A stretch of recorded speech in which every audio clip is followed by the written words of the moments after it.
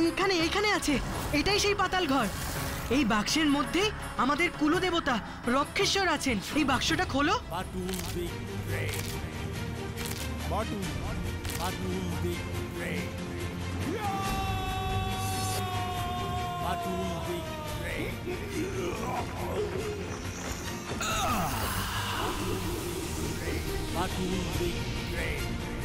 জয় রক্ষেশ্বরের জয়, জয় রক্ষেশ্বরের জয়। কুলদেবতা রক্ষেশ্বরকে এই পাতাল ঘর থেকে উদ্ধার করতে হবে। এই তো এবার আমরা এই রক্ষেশ্বরকে গ্রামবাসীর হাতে তুলে দেব। ওরাই এবার কুলদেবতার নিত্য পুজো করবে।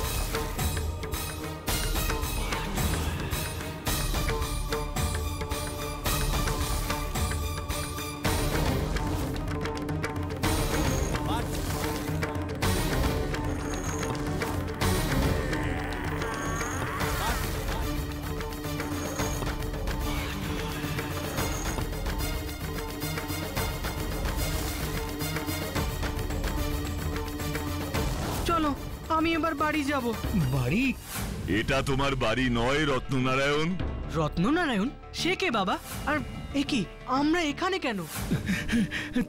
চঞ্চল বাবারে। চলুন, এবার আমার কাজ শেষ। আচ্ছা, আসলে চঞ্চলের সাথে ঠিক কি হয়েছিল বলুন তো? রোহিণী জমিদার পরিবারের একটা কাজ বাকি ছিল, সেই কাজটাই রত্ননারায়ণ মানে আমাদের চঞ্চলকে করতে হয়েছে। কোন কাজ বাকি বলো? ডাকাতদের হাত থেকে রক্ষেশ্বরকে বাঁচানোর জন্য কেউ হয়তো তাকে ওই পাতাল ঘরে কাঠের বাক্সে রেখে দিয়েছিল, কিন্তু কেউ আর রক্ষেশ্বরকে ফিরিয়ে নিয়ে যেতে পারেনি। তখন থেকেই উনি ওখানেই আটকে ছিলেন, আর তার সেই পুনঃপ্রতিষ্ঠার কাজটাই করল আমাদের চঞ্চল। বইটা ওর হাতে আসবার পর যখন ও দর্পনগরীর ইতিহাস পড়তে শুরু করে, তখন ওর মনে ভীষণ গভীর একটা প্রভাব পড়ে। গত জন্মের সব কথা ওর মনে হতে শুরু করে। ও সম্পূর্ণ অন্য জগতে চলে যায়। আপনি কখন এই ব্যাপারটা বুঝতে পারলেন বাটুল বাবু? আমার প্রথম সন্দেহ হয় যখন থেকে আমি শুনি বই মেলা থেকে অনেকগুলো বই কিনেও চঞ্চল সারা রাত এই দর্পনগরীর রূপকথা বইটাই পড়ছে, সব সময় এই বইটাই পড়ে।